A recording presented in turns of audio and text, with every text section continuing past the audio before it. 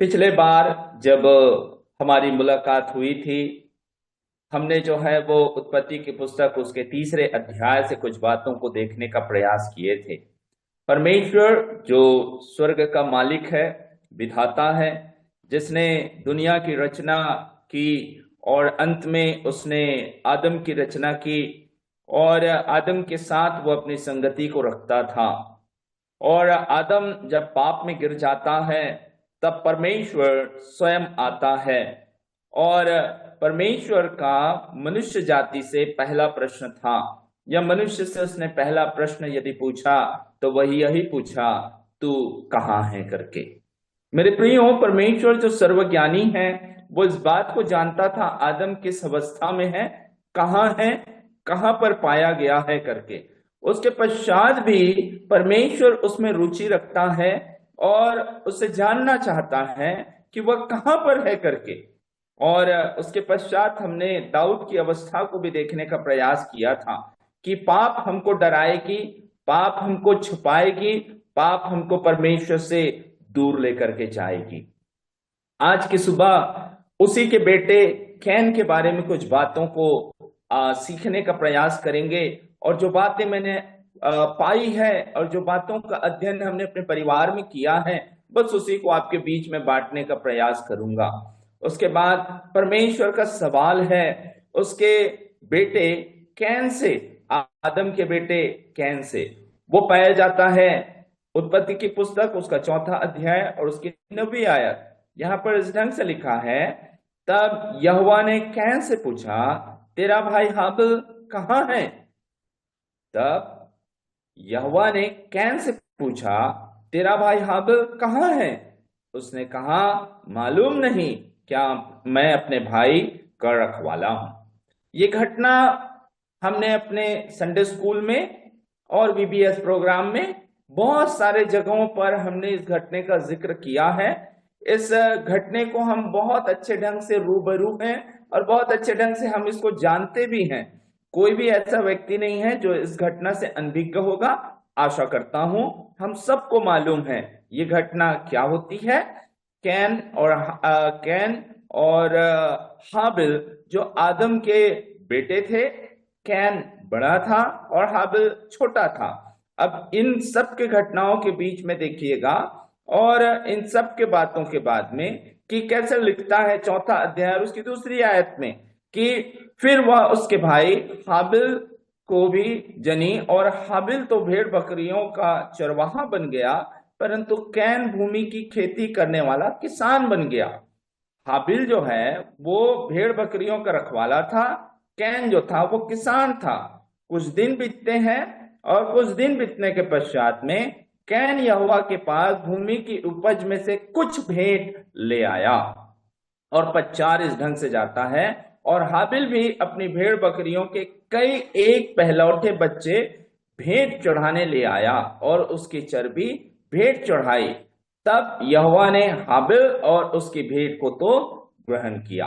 आज की सुबह इस बात को हम मनन करने का प्रयास करेंगे कि परमेश्वर ने जब कैन से पूछा, तेरा भाई हाबिल कहाँ है? याद रखिएगा, परमेश्वर को मालूम है कि हाबिल इस दुनिया में नहीं है। हाबिल की हत्या कर दी गई है और कैन ने इस हत्या को किया है। उसके पश्चात भी परमेश्वर पूछता है, तेरा भाई कहाँ है करके। क्यों पूछा होगा? मेरे प्रियो, आज आपको और मुझको समझने की आवश्यकता है। आज हमारी कलीसियाओं में यदि मेरे राइट साइड में कोई भाई नहीं आता है, यदि लेफ्ट साइड में मेरा भाई नहीं आता है, या राइट साइड में मेरी बहन नहीं आती है, लेफ्ट साइड में कोई बहन रविवार के दिन नहीं आती है, परमेश्वर आपसे पूछेगा, आपका भाई कहाँ है? जो दाहिनी ओर बैठता है वो आपका भाई कहाँ है? जो बाईं ओर बैठता है वो आपका भाई कहाँ है? जो आपके सामने बैठता है वो भाई कहाँ है? जो पीछे बैठता है वो भाई कहाँ है? हम इतने में ही व्यस्त रहते हैं कि हम तो पहुंच रहे हैं, हमारा संगति परमेश्वर के साथ अच्छा है। आज सबके सब अपने में व्यस्त हैं, अपने दिनचर्या में व्यस्त हैं, हम किसी और से नहीं पूछ सकते।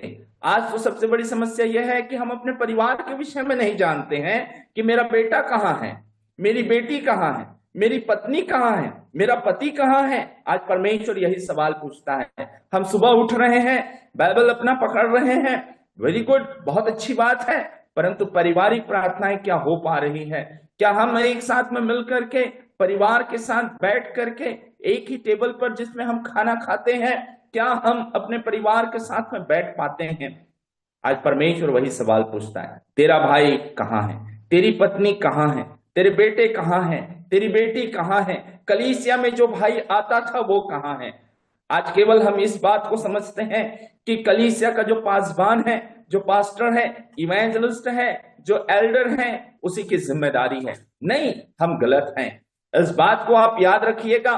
परमेश्वर आपसे पूछेगा आपके भाई के विषय में, परमेश्वर आपसे पूछेगा आपके पड़ोसी के विषय में, परमेश्वर आपसे पूछेगा आपके रिश्तेदारों के विषय में, परमेश्वर आपसे पूछेगा जो आपके अपने लोग हैं उससे, वह कहां है।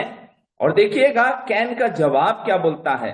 कैन बोलता है, क्या मैं अपने भाई का रखवाला हूं? इस ढंग से बोलता है, क्या मैंने अपने भाई के बारे में ठेका लेकर के रखा है, या क्या मैं अपने भाई के बारे में जानकारी रखना मैं उचित नहीं समझता हूं? परमेश्वर को वो जवाब कैन देता है। परंतु आप देखिएगा जब आदम के जीवन में पाप आया, तब देखिएगा कि आदम जब परमेश्वर से रूबरू होता है तब क्या बोलता है, हे प्रभु, मैं बारी में तेरा शब्द सुन करके डर गया क्योंकि मैं नंगा था। परंतु देखिएगा कैन, जिसने उससे भी बड़ा अपराध किया है, जो अपने भाई की हत्या को कर देता है, हत्या करने के बाद छुपा रहा है, और परमेश्वर जब उससे पूछता है तो कहता है, क्या मैं अपने भाई का रखवाला हूं? अर्थात वो ये कह रहा है, क्या मैंने अपने भाई का लेखा जोखा लेकर के रखा है? क्या मैं उसका लेखा जोखा मैं दूंगा? मुझे नहीं मालूम।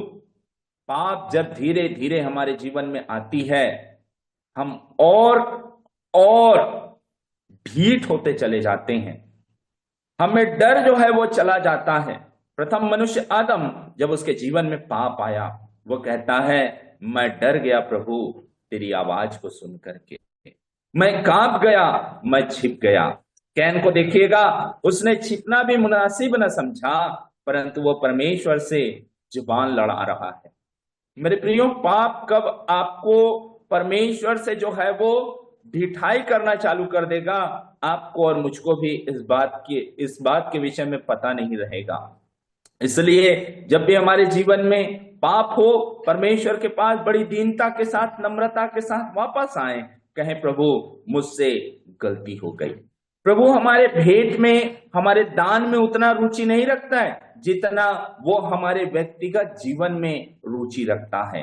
आप चौथे आयत को पढ़ें तो वहां पर देखने को मिलेगा कि और हाबिल भी अपनी भेड़ बकरियों के कई एक पहलौठे बच्चे भेंट चढ़ाने लाया और उसकी चर्बी भेंट चढ़ाई। तब कब? जब हाबिल ने भेंट चढ़ाई, कई एक पहलौठे लाए। परमेश्वर ने नहीं कहा, वाह बहुत सुंदर, बहुत अच्छी भेंट लाया तूने, उत्तम भेंटों को लाया है, सबसे श्रेष्ठ भेंटों को लाया है, मेरे लिए बहुत है। परमेश्वर नहीं कहता है वैसा। देखिएगा, तब यहोवा ने हाबिल और उसकी भेंट को तो ग्रहण किया। यह है परमेश्वर जिसके पीछे आप और मैं चलते हैं। उसको दान उतना नहीं चाहिए जितना कि वो आपके व्यक्तिगत जीवन में रुचि रखता है। परमेश्वर हाबिल को पहले स्वीकार करता है, परमेश्वर हाबिल को पहले चाहता है, भेंट दूसरी है। पहला प्राथमिकता है परमेश्वर के लिए व्यक्ति। आप देखिए, वो आदम में पहले रुचि रखता है, वो आदम से पहले पूछता है, तू कहां है, मैं वहां आना चाहता हूं। आप देखिए इस व्यक्ति को, जो बहुत उत्तम, बहुत श्रेष्ठ, बहुत ही सुंदर, बहुत ही उम्दा भेंट लेकर के आया है। परमेश्वर उसके भेंट में नहीं, परमेश्वर उस व्यक्ति में ज्यादा रुचि रखता है।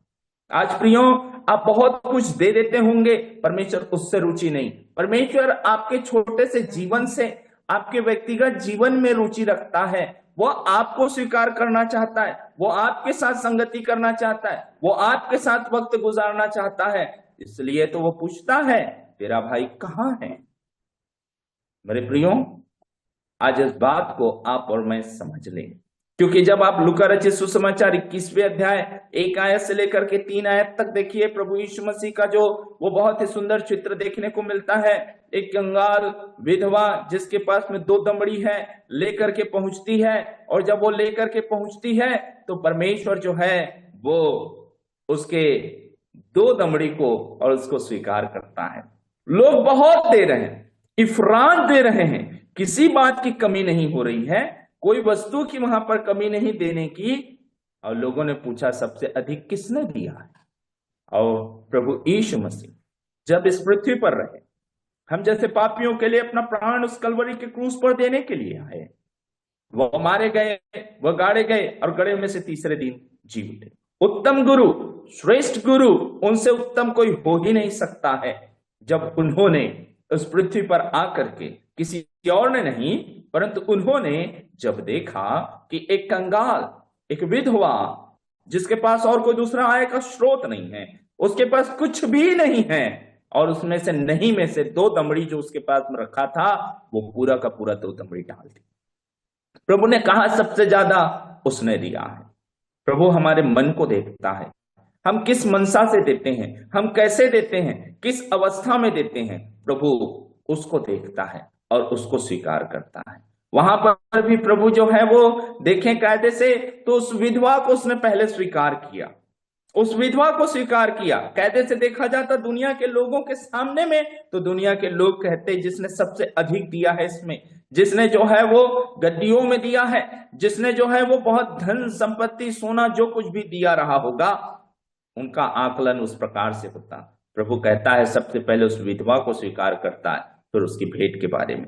तभी तो प्रभु कह पाया, मैं उस विधवा को, उसके मन को जो है वो पहले स्वीकार करता है, क्योंकि परमेश्वर बात मानने से प्रसन्न होने वाला परमेश्वर है। यदि हम देखें 1 सामुएल उसके 15वें अध्याय और उसके 22वें आयत में इस ढंग से लिखा है। 1 सामुएल उसका 22वां अध्याय और उसकी 15वीं आयत मैं थोड़ा सा पढ़ना चाहूंगा। 1 सामुएल उसका 15वां अध्याय और उसकी 22वीं आयत। इस घटना को बहुत अच्छे से आप और मैं, हम सब जानते हैं।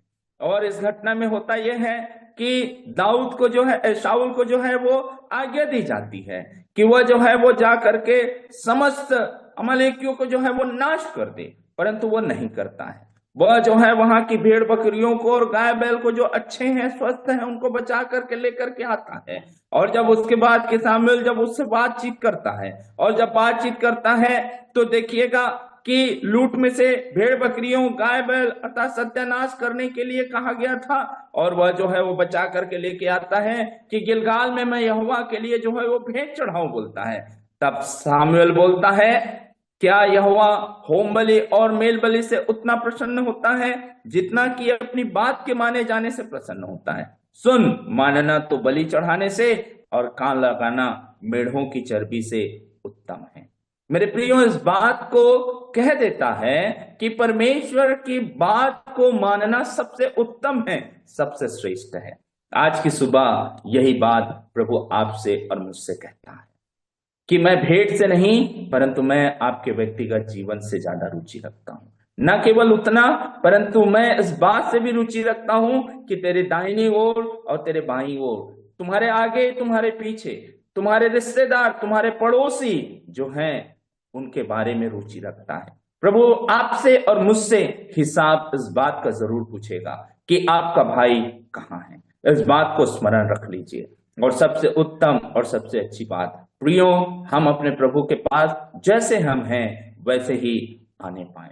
प्रभु उसको स्वीकार करता है। पहले आपका जीवन, प्रभु हमारे जीवन से बहुत रुचि रखता है। प्रभु आप में बहुत रुचि रखता है। प्रभु हम में बहुत रुचि रखता है। आइए उसके पास बातचीत करिए। इस बात को आज सुबह के वक्त प्रभु कहता है। यद्यपि कैन गिर गया है, हत्यारा है, फिर भी प्रभु उसके पास जा रहा है। हमसे कितने भी बड़े अपराध क्यों ना हो जा रहे हैं, प्रभु आपके और मेरे पास आता है। एक मौका आपको और मुझको, हम सबको देता है। आइए, बैठिए, प्रभु के साथ बात करिए। प्रभु आपके और मेरे साथ वार्तालाप करना चाहता है, बातचीत करना चाहता है, और प्रभु चाहता है आप और मैं उसके साथ संगति में निरंतर बढ़ते चले जाएं। परमेश्वर के बड़े नाम की स्तुति हो कि आज का दिन उसने इस प्रकार से दिया कि हम उसके वचन में से इस बात को देख सके कि प्रभु हमारी भेंट से ज्यादा हम में रुचि रखता है। न केवल मुझ में रुचि रखता है, परंतु प्रभु इस बात में रुचि रखता है कि मेरा भाई कहाँ है, इसका हिसाब किताब वो मुझसे पूछेगा। आज प्रभु हम सबसे पूछता है, आपके पिताजी कहाँ हैं, आपकी माता जी कहाँ हैं? अगर पिताजी हैं तो उससे पूछता है आपका परिवार कहाँ है, आपके पड़ोसी कहाँ हैं, आपके कलीसिया के दूसरे लोग कहाँ हैं जो नहीं आ रहे। ये हमारी रिस्पॉन्सिबिलिटी, ये हमारी जिम्मेदारी है कि हमारे पास में जवाब रहने पाए। परमेश्वर के बड़े नाम की स्तुति हो, और सारा आदर, महिमा, इज्जत, गौरव हम उस प्रभु को देते हैं जिसने इतना सुंदर अवसर दिया कि आपके बीच में से परमेश्वर के जीवित वचन को ला सके।